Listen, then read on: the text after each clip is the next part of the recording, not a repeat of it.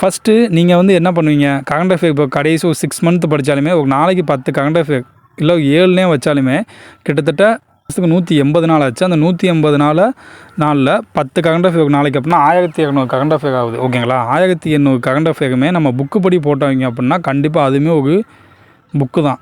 வணக்கம், உங்கள் செவிசாய் அகாடமி. இந்த வீடியோவில் வந்து நமக்கு இந்த குரூப் 4 எக்ஸாமுக்கு ரிமைனிங் உள்ள டேஸில் வந்து நம்ம எப்படி வந்து நம்ம ஸ்டடி பிளானை அமைச்சிக்கலாம்னு சொல்லி தான் பார்க்க போகிறோம். இந்த வீடியோ வந்து ரொம்பவே யூஸ்ஃபுல்லாக இருக்கும். ஃபர்ஸ்ட் ஆஃப் ஆல் இப்போ நமக்கு குரூப் 4 எக்ஸாமுக்கு ஒரு 60 டேஸ் இருக்குது. ஜூன் 9 எக்ஸாம்னு சொல்லியிருக்காங்க. இப்போ இந்த மார்ச் 31 இதிலேருந்து எடுத்துக்கிட்டாலுமே நம்ம கையில் வந்து ஒரு 60 டேஸ் இருக்குது. ஓகேங்களா? கடைசியில் ஜூன் மாதத்தில் ஒரு 8 நாள் இருக்குது சார் அப்படின்னு சொன்னீங்கன்னா அந்த 8 நாளை வந்து நம்ம கணக்கில் எடுக்க முடியாது. ஏன்னு கேளுங்க, நமக்கு மே மாதமே பார்த்திங்க அப்படின்னா எப்படி போகும்னே தெரியாது. ஸோ உங்களுக்கு கையில் இருக்கிறது பார்த்திங்கன்னா மொத்தமே பார்த்திங்கன்னா 30 நாள் தான். அதாவது இந்த ஏப்ரல் மந்த் மட்டும்தான். இந்த ஏப்ரல் மந்தில் நீங்கள் எந்தெந்த பாடம்லாம் படிக்கலையோ இல்லை என்னென்ன பாடம்லாம் படிக்கணுமோ அதை வந்து ஃபுல்லாக இதிலே படிச்சிருங்க. பிகாஸ் மே மாதத்தை பொறுத்த வரைக்கும் உங்களுக்கு ரிவிஷன் அண்டு டெஸ்ட் ப்ராக்டிஸ் மட்டும்தான் டைம் வந்து கரெக்டாக இருக்கும். ஓகேங்களா? இப்போ ஏதாவது சப்ஜெக்ட் புதுசாக படிக்கணும் அப்படின்னா அது இந்த ஏப்ரல் மந்த்லேயே மேக்ஸிமம் படிச்சிருங்க. ஏன்னா மே மந்தில் வந்து உங்களுக்கு டெஸ்ட் ப்ராக்டிஸ் போடவும் அதே போல் படித்தது ஏற்கனவே ரிவிஷன் பண்ணுறதுக்கு மட்டும்தான் டைம் வந்து கரெக்டாக இருக்கும். இப்போ எக்ஸாம்பிளுக்கு நீங்கள் வந்து இப்போ பாலிட்டி படிக்கிறீங்க அப்படின்னா பாலிட்டி அந்த 10th உள்ள 3 பாடத்தை படித்தாலே உங்களுக்கு லே அவுட்டோ ஒரு அப்ஸ்ட்ராக்ட் கண்டிப்பாக கிடச்சிரும். ஓகேவா? இப்போ 12th பாலிட்டி பேலன்ஸுக்கு இப்போ நெக்ஸ்ட்டு 12th பாலிட்டி பேலன்ஸுக்கு அப்படின்னா நீங்கள் என்ன பண்ணணும், இப்போவே அதை வந்து படிச்சிடணும். அதை வந்து நான் மே மந்தில் படிச்சுக்கிறேன் அப்போ தான் எனக்கு ஞாபகமாகுன்னு சொல்லக்கூடாது. ஏன்னா மே மாதம் வந்து ஃபுல்லாக ரிவிஷனுக்கும் டெஸ்ட்டுக்கு மட்டும்தான் உங்களுக்கு. ஓகேங்களா? அதே போல் நிறைய பேர் கரண்ட் அஃபேர் எப்படி படிக்கணும்னு சொல்லி கேட்டிருக்கீங்க. என்னோடய ஒப்பீனியனில் சொன்னோம்னா கரண்ட் அஃபேர் வந்து நிறைய பேர் என்ன சொல்லுவாங்க அப்படின்னா, நீங்கள் இன்னும் சிலபஸே முடிக்கலை, ஸோ கரண்ட் அஃபேர் வந்து கடைசியாக பாருங்க அப்படின்னு சொல்லுவாங்க. அது கரெக்டு தான். ஆனால் கரண்ட் அஃபேர் வந்து நம்ம மந்த்லி டெஸ்ட்டு போடுறோம் அப்படின்னா அது அந்த ஒரு மந்த்தாக படிச்சிடலாம். ஆனால் நமக்கு வந்து எந்த மாதத்துலேருந்து எந்த மாதம் முடிய வந்து கேட்பாங்கன்னு சொல்ல முடியாது. அது ஒரு கேரண்டீடான வந்து பாட்டும் கிடையாது கரண்ட் அஃபேரை பொறுத்த வரைக்கும். அதனால் என்ன பண்ணணும் அப்படின்னா டெய்லி ஒரு 1/2 hour வந்து படிக்கணும். ஏன் அப்படின்னா, சார் இன்னும் நான் சிலபஸே முடிக்கலை சார், அதுக்குள்ளேயும் எப்படி நான் கரண்ட் அஃபேர் படிக்க முடியும் அப்படின்னு சொல்லி கேட்டிங்க அப்படின்னா அதுக்கான பதில் நான் சொல்கிறேன்.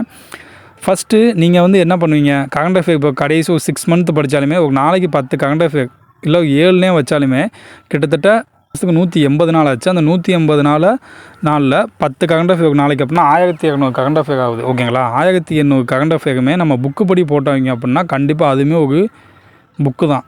அப்போ நீங்கள் ஒரு புக்கை வந்து கடைசி 10 நாள்லையோ இல்லை 5 நாள்லையோ படிச்சிட முடியுமா? அது படிக்க முடிஞ்சாலும் உங்களுக்கு ரிவிஷன் பண்ணால் தான் ஞாபகத்தில் இருக்கும். அப்போ படிச்சிங்கனாலும் அது உங்களுக்கு எக்ஸ்ட்ரா ப்ரெஷர் தான். அப்போ நம்ம அதை அவாய்ட் பண்ணுறதுக்கு என்ன பண்ணணும் அப்படின்னா டெய்லி ஒரு 1/2 hour வந்து அந்த கரண்ட் அஃபேர் ஒதுங்க. 1 hour கூட நீங்கள் ஒதுக்க வேண்டாம். டெய்லி ஒரு 1/2 hour ஒதுக்கிட்டீங்க அப்படின்னா கடைசி டைமில் உங்களுக்கு ரிவிஷன் பண்ணுறதுக்கு அது வந்து ரொம்பவே யூஸ்ஃபுல்லாக இருக்கும். அதே மாதிரி மேக்ஸை பொறுத்த வரைக்கும் நான் மேக்ஸ் நல்லா பண்ணுவேன் சார் அப்படின்னு சொல்கிற ஸ்டூடெண்ட்டாக இருந்தாலும் சரி, அட் த சேம் டைம் எனக்கு மேக்ஸு தெரியாது சார் அப்படின்னு சொல்கிற ஸ்டூடெண்ட்டாக இருந்தாலுமே நம்ம என்ன பண்ணணும் அப்படின்னா டெய்லி ஒரு 1 hour வந்து கண்டிப்பான முறையில் மேக்ஸ் வந்து நம்ம செஞ்சு பார்க்கணும். ஏன்னா கணக்கை பொறுத்த வரைக்கும் நம்ம செஞ்சுக்கு பார்த்தா மட்டும்தான் நமக்கு வந்து வரும். அதே போல் நிறைய பேர் கேட்குறீங்க, சயின்ஸ் எப்படி சார் படிக்க, ஜிகே அலாட்மெண்ட் பண்ண தெரில அப்படின்னு சொல்லி கேட்டிங்க அப்படின்னா ஃபஸ்ட்டு நீங்கள் தமிழ் அண்டு மேக்ஸ் தகவல் பண்ணுங்கள். இப்போ ஃபார் எக்ஸாம்பிள் ஒரு ஸ்டடி பிளானில் நீங்கள் காலைல தமிழ் படிக்கிறீங்க அப்படின்னா காலையில் ஃபுல்லாக தமிழ் படிச்சிருங்க. அதே போல் ஈவினிங் டைமில் வந்து 2 பார்ட்டாக ஸ்ப்ளிட் பண்ணிக்கோங்க. அதாவது ஜிகேக்கு.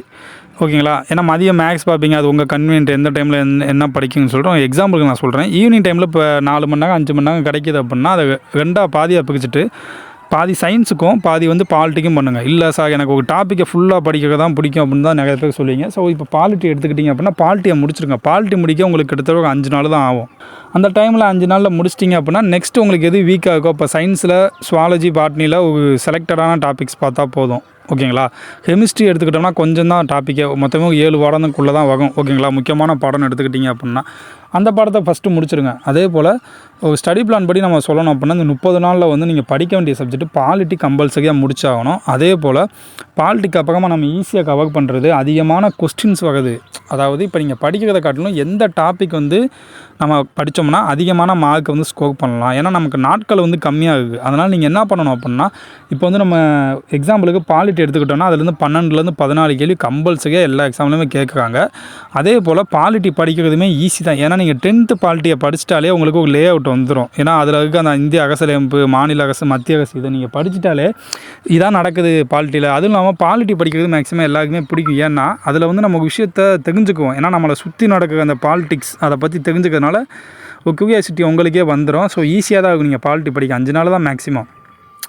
அப்போ நீங்கள் அந்த பாலிட்டி படிச்சிட்டிங்க அப்படின்னா உங்களுக்கு லே அவுட் கிடச்சிடும் 10th புக்கை படிச்சிட்டாலே. ஸோ நீங்கள் அதை வச்சே நீங்கள் 12th புக்கை படிக்கும்போது ஒரு எக்ஸ்ட்ரா ஒரு 2 நாளுக்குள்ளே நீங்கள் முடிச்சிடலாம். பாலிட்டி மொத்தமாகவே ஒரு 7 நாள் 8 நாளுக்குள்ளேயே முடிச்சிடலாம். ஓகேங்களா? நான் சொல்கிறது ஈவினிங் டைமில் மட்டும் படிச்சிங்கனாலே, ஃபுல் டே நான் சொல்லலை. நெக்ஸ்ட்டு நம்ம பாலிட்டிக்கு அடுத்து ஐஎன்எம் அண்ட் ஹிஸ்ட்ரி எடுத்துக்கலாம். ஏன்னா ஹிஸ்ட்ரி ஐஎன்எம் பார்த்தாலே உங்களுக்கு யூனிட் 8லேயே மேக்ஸிமம் கவர் ஆகிடும். அப்போ அந்த ஹிஸ்ட்ரியில் வந்து நீங்கள் 10th புக்கு தாங்க மெயின். ஏன்னா நம்ம இப்போ சயின்ஸ் ஒரு 20 கொஸ்டின்ஸ் கேட்குறாங்க அப்படின்னா கரண்ட் அஃபேர் ஒரு 7 கேள்வி 8 கேள்வி போகும். அப்போ இதுலேயே ஒரு 35 கேள்வி போயிடுச்சு. மிச்சம் 40லேருந்து 43 கேள்வி சோசியல் சயின்ஸை பேஸ் பண்ணி தான் உங்களுக்கு வருது. அப்போ நம்ம என்ன பண்ணணும்? சயின்ஸ் உட்காந்து படிக்கிறது பெஸ்ட்டாக இல்லை வந்து சோசியலை படிக்கிறது பெஸ்ட்டு? ஏன்னா சோசியல் சயின்ஸில் தான் அதிகமான கேள்விகள் வந்து கேட்குறாங்க. அப்போ நம்ம அதை படிக்கிறது தான் புத்திசாலித்தனம். ஸோ இப்போ வந்துட்டு எனக்கு சயின்ஸ் தான் ரொம்ப பிடிக்கும், நான் சயின்ஸ் தான் படிக்க போகிறேன்னு சொல்கிறதுல எந்த ஒரு இதுவுமே கிடையாது. அதனால் வந்து ஃபஸ்ட்டு இம்பார்ட்டன்ஸ் வந்து polity, next history and INM கொடுங்க. அதை முடிச்சிட்டிங்கன்னா யூனிட் 8 இதில் மேக்ஸிமம் கவர் ஆகிடும். யூனிட் 8 இதில் கவர் ஆகாத பகுதிகள் வந்து இந்த ஓல்டு புக்கில் இருக்குங்க. சமூக நீதி இந்த மாதிரி பாடங்கள் வந்து இருக்கும். அந்த 12th இதில் வந்து பழைய பாடத்தில் 2 நீதி கட்சிலாம் வரும். ஸோ அதையுமே பார்த்து வச்சுக்கோங்க. இதெல்லாம் பார்த்துட்டிங்க அப்படின்னாலே உங்களுக்கு ஒரு கான்ஃபிடென்ட் கிடச்சிரும். அப்போ இது பார்த்ததுக்கப்புறம் என்ன இருக்குது? எக்கனாமிக்ஸ் தான். எக்கனாமிக்ஸுக்கு நல்லா உட்காந்திங்கன்னா ஒரு 4 நாளில் முடிச்சிடலாம். 5வது நாளில் ரிவிஷன் பண்ணிடுங்க. எல்லா சப்ஜெக்ட்டுமே 5 நாள் படிக்கிறீங்க அப்படின்னா மற்றதெல்லாம் எக்ஸ்ட்ரா கடைசி ஒரு நாள் ரிவிஷனுக்கு கம்பல்சரியாக வச்சுக்கோங்க. இப்படி பண்ணாலே நீங்கள் இந்த 30 நாளில் கிட்டத்தட்ட ஆல்மோஸ்ட் கவர் பண்ணிடலாம். என்னை கேட்டால் ஒரு 6 டாபிக் ஒரு நாளைக்கு, அதாவது 4 நாளைக்கு ஒரு டாபிக் அப்படின்னு வச்சுக்கிட்டிங்கனாலே கிட்டத்தட்ட 30 நாள் இருக்குங்களா? அப்போ 7 நாங்க 28. ஓகேங்களா? அந்த 2 நாளை விட்டுருங்க. அப்போ 30 நாள்லேயே நம்ம கிட்டத்தட்ட வந்து ஆல்மோஸ்ட் டாபிக் வந்து கவர் பண்ணிடலாம். ஏன்னா எக்கனாமிக்ஸ்க்குலாம் 4 நாள் தான் ஆகும். இப்போ நான் எக்ஸாம்பிள் படி சொல்கிறேன் அப்படின்னா பாலிட்டியை முடிச்சிருங்க. பாலிட்டிக்கு அப்புறம் ஹிஸ்ட்ரி அண்ட் ஐஎன்எம் படிங்க. அடுத்து யூனிட் 8 அண்ட் யூனிட் 9 படிங்க. யூனிட் 9ல் உங்களுக்கு பெருசாக டாபிக் எதுவுமே வரதில்லை. இந்த 10th ஜியாகிரஃபியில் வந்து படித்தாலே போதும் உங்களுக்கு. ஜியாகிரஃபி அதே மாதிரி நமக்கு பாடங்கள் கம்மியாக இருக்கும். ஆனால் வந்து கொஞ்சம் படித்தா புரிஞ்ச மாணிக்கு இருக்கும். ஆனால் டெஸ்ட்டு போட்டோம்னா உங்களுக்கு வந்து நம்ம சால்வ் பண்ணுறது கொஞ்சம் கஷ்டமாக இருக்கும், மார்க் வராது. அப்போது ஜியாகிரஃபி வந்து திரும்ப படிங்க. ஓகேங்களா? இப்போ ஒரு 5 நாள்லேயே ஜியாகிரஃபி முடிச்சிட்டிங்க அப்படின்னா திரும்ப அடுத்து இப்போ வந்து எக்கனாமிக்ஸ் எடுக்கிறீங்க இல்லை ஐஎன்எம் எடுக்கிறீங்க அப்படின்னா டெய்லி ஒரு படம் திரும்ப ஒரு 1/2 hour வந்து ஜியாகிரஃபிக்கு ஒதுக்குங்க. உங்களுக்கு எந்த பாடம் வீக்காக இருக்கோ அந்த பாடத்துக்கு நீங்கள் இதே மெத்தடை யூஸ் பண்ணலாம். நீங்கள் ஆல்ரெடி ஒரு டைம் டேபிள் போட்டு வச்சுருப்பீங்க. அந்த டைம் டேபிள் படி பார்த்தீங்க அப்படின்னா போய்கிட்டே இருங்க. நான் சொன்னது எக்ஸ்ட்ரா 1/2 hour வந்து கரண்ட் அஃபேருக்கும் இந்த வீக்காக இருக்க சப்ஜெக்ட்டுக்கும் கொடுங்க. இப்போ கரண்ட் அஃபேர் எடுத்துக்கிட்டோம் அப்படின்னா நமக்கு கிட்டத்தட்ட 6 மாதம் கரண்ட் அஃபேர் கேட்பாங்க. 180 நாள். நான் ஃபஸ்ட்டே சொன்னது போல தான். ஓகேங்களா? அப்போ அதுவே ஒரு புக் ஆகிடும். அதை நம்ம டெய்லி ஒரு 1/2 hour படித்தா தான் உங்களுக்கு வந்து கரெக்டாக இருக்கும். ஓகேவா? இந்த ஏப்ரல் மந்த்தில் முடிஞ்ச வரைக்கும் எல்லா டாப்பிக்குமே மேக்ஸிமம் கவர் பண்ணுங்க. சிலபஸில் நீங்கள் என்னென்ன படிச்சிருக்கீங்களோ இல்லை என்னென்ன படிக்கலையோ அதை வந்து நான் ஒரு 80% தான் கவர் பண்ண முடியுது இப்போதைக்கும் இப்போ இருந்தே டைம் டேபிள் போட்டால் அப்படின்னா அந்த 80% போதும். அந்த மே மந்த்தில் என்ன பண்ணுறீங்க அப்படின்னா இப்போ பாலிட்டியில் 12th பாலிட்டி எடுத்துருக்கீங்கன்னா அதில் ஒரு 2 பாடம் மிச்சதுக்கு அப்படின்னா அதை வந்து லைட்டாக ஒரு டெய்லியும் ஒரு 1/2 hour படிச்சுக்கலாம். மே மாதத்தில் நான் சொல்கிறது அதாவது 70% கம்ப்ளீட் பண்ணதுக்கப்புறமா நான் சொல்கிறேன். சிலபஸை நீங்கள் ஒரு 70% அல்லது 80% கம்ப்ளீட் பண்ணிட்டீங்க அப்படின்னா இந்த மாதிரி மெத்தடை யூஸ் பண்ணலாம். ஏன்னா இது வந்து நமக்கு முக்கியம். ஓகேங்களா? அதே மாதிரி இந்த முக்கியமான பாயிண்ட்ஸுன்னு இருக்கும் ஜியாகிரஃபியில் அந்த டேபிள் காலம். ஓகேங்களா? அதேமாதிரி பாலிட்டியில் இந்த முக்கியமான வழக்குகள் மேனகா காந்தி வழக்கு, செண்பகமன் வழக்கு, ஓகேங்களா, இந்த மாதிரி பெருவாகி வழக்கு, இந்த மாதிரி வழக்குகளை நீங்கள் பார்க்கும்போது நீங்கள் வந்து அதை வந்து மே மந்த்தில் லைட்டாக பார்த்துக்கலாம். ஆனால் ஃபுல் ஃப்ளெஜ்டாக வந்து இப்போ நான் 10th பாலிட்டி மட்டும் தான் முடிச்சிருக்கேன், மற்றபடி சிலபஸை கவர் பண்ணிட்டு 12th பாலிட்டி நான் வந்து மே மந்த்தில் தான் எடுக்கணும் அப்படின்னு பண்ணுறது வந்து அது சரியான மெத்தட் கிடையாது. ஏன்னா நீங்கள் 12th பாலிட்டி இப்போயே முடிச்சிருந்தால் மட்டும்தான் உங்களுக்கு வந்து நீங்கள் அப்போ ரிவிஷன் பண்ணுறதுக்கான டைம் தான் மே மந்த்து. ஓகேங்களா? Revision plus test practice. ஓகேவா? அந்த டெஸ்ட் ப்ராக்டிஸ் தான் உங்களுக்கு வந்து ரொம்பவே கை கொடுக்கும். அந்த எக்ஸாம் ஹாலில் அந்த பதட்டத்தை குறைக்கிறது எல்லாமே உங்களுக்கு வந்து அந்த டெஸ்ட் ப்ராக்டிஸ் தான். அதே போல் ஒன்ஸ் நீங்கள் இப்போ டெஸ்ட் எழுதுறீங்க, இப்போ எக்ஸாம்பிளுக்கு ஏதோ ஒரு அகாடமியில், பெரிய அகாடமி எந்த அகாடமி இருந்தாலும் பரவாயில்ல, ஏதோ ஒரு டெஸ்ட் எழுதுறீங்க. ஃபார் எக்ஸாம்பிள் இப்போ குப்தாஸும் அண்ட் மகாத்தியாவும் சேர்ந்து எழுதுறீங்க அப்படின்னா நீங்கள் ஒரு தடவை மட்டும் படிச்சுட்டு ஒரு நாள் கழித்து அந்த கொஸ்டின் பேப்பர் எடுத்து போட்டு பாருங்கள் உங்களுக்கு எவ்வளோ ஞாபகம் இருக்குன்னு சொல்லிட்டு. ஓகேங்களா? இது ஓகேங்களா? அதில் ஒரு மார்க் வரும்னா அதை எடுத்து வச்சுருங்க. திரும்ப என்ன பண்ணுறீங்க அப்படின்னா இப்போ ஃபஸ்ட்டு குப்தாஸும் மகாத்தியாவும் பார்த்துருக்கீங்களா? இப்போ டெல்லி அண்டு முகலாயர் உங்களுக்கு எந்த 2 டாப்பிக்லாம் எடுத்துக்கோங்க. நான் சொல்கிற கான்செப்ட்டு ஃபஸ்ட்டு வந்து ஒன்ஸ் படித்ததும் டெஸ்ட்டை போடுங்க ஒரு நாள் கழிச்சிட்டு. இன்னொரு கான்செப்ட் என்ன அப்படின்னா ஒன்ஸ் படிச்சுட்டு அதை திரும்ப ஃபுல்லாக ரீகால் பண்ணிட்டு அதாவது ரிவிஷன் பண்ணிவிட்டு அப்புறம் டெஸ்ட்டு போட்டு பாருங்கள். ரெண்டுக்கும் உண்டான மார்க் வந்து எப்படி வருது அப்படின்னு சொல்லிட்டு.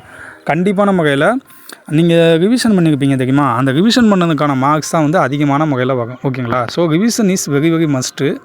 ஓகேங்களா? இந்த 30 நாளில் வந்து நீங்கள் பண்ண வேண்டியதுமே இதுதான்.